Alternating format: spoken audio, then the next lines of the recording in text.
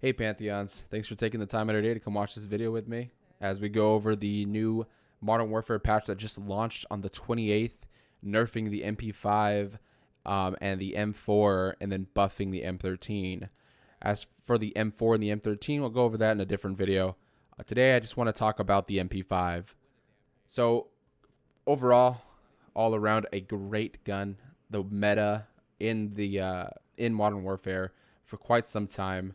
It did in fact get a nerf. It nerfed the headshot multiplier at close range. It also nerfed the range of damage for the 10mm rounds.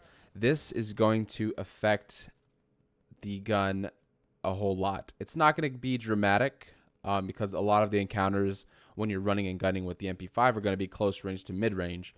So I don't think it's going to have too much of a dramatic effect only at close quarters when you get into that quick little hip fire spray, because right there you're really counting on, whether or not they see you first, or you're really counting on a headshot multiplier to finish the guy for you. But after testing the gun, that's the gameplay you're seeing right now. I'm just running around with a couple new attachments on it. It's still really effective for me. There's a couple attachments that I removed and changed for other ones, giving it more velocity or damage range. But other than that, it's still a great gun. It could well possibly be still the meta of the game, or a glitch as some may call it. But I'll quickly want to show you what attachments I have on it, so that way you know what I'm talking about. So you can go ahead and try it for yourself, and you let me know what you think. For the first one, I have the barrel attachment on it of the monolithic integral suppressor. So, and the reason why I have that one on it is not only for the sound suppression, also for the bullet velocity. The bullet velocity really helps out the 10mm rounds now, especially now with that damage loss at range, because not only will you get faster bullet speed, with that comes the travel distance, and you're gonna want, and that really works out for those long distance fights to mid range. You don't want your bullets to be dropping any or losing velocity, thus losing damage. Because then you're probably going to get outgunned by like an M4 or something. So that's why I have the monolithic integral suppressor on it. The aim down sight speed, and this is my personal opinion, you kind of don't really have to worry about aim down sight speed with the MP5, because a lot of the close quarter fights you're going to get into, you're going to be hip firing for about 50% to 80% of that engagement. So you probably won't even need to aim down the sight.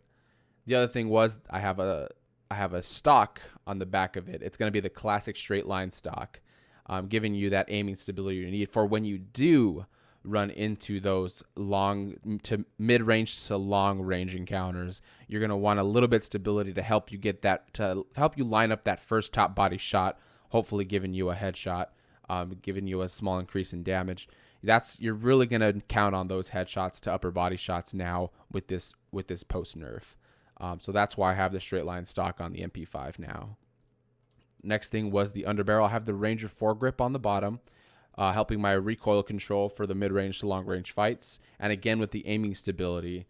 Just remember, this gun, you hardly have to really get any attachments on it that will help you at very close range, because you're most likely going to win that fight. 80% of the time, you're going to win that fight, honestly. So you want recoil control, aiming stability for, again, that mid-range to long-range encounter. You don't want your gun falling all over the place. You just want that initial quick upper chest burst, and then you want to just finish them off. Next, I have the 10mm round mags. Never can go wrong with these. They did decrease the range to damage slightly, but the point is you still have it, and you need it. You need that damage increase with the MP5, especially for those mid-range encounters. You want to try and win those every time. Next, I have the rear grip tape. So there's argument that the rear grip tape actually does nothing for the guns, but I have a counter argument because I've tested it. The rear grip tape over the if you use the rear grip tape over for example, the Merc foregrip, they're about the same results. So not only, in my opinion, are you getting recoil control,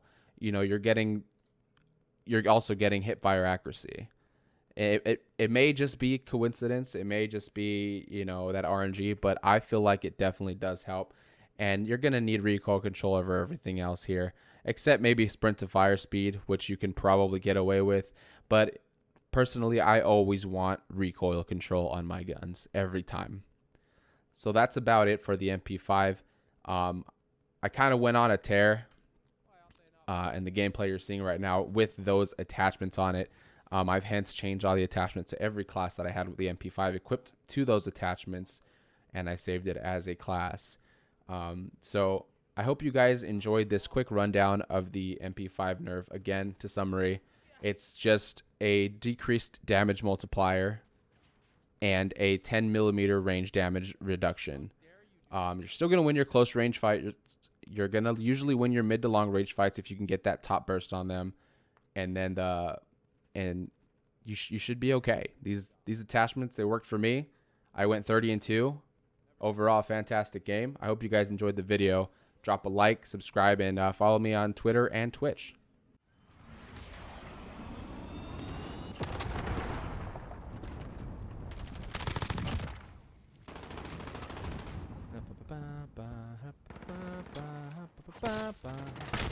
I died.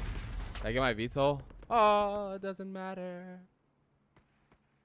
It doesn't even matter.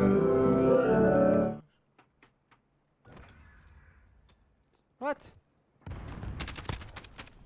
My kill is so much better than that, just saying.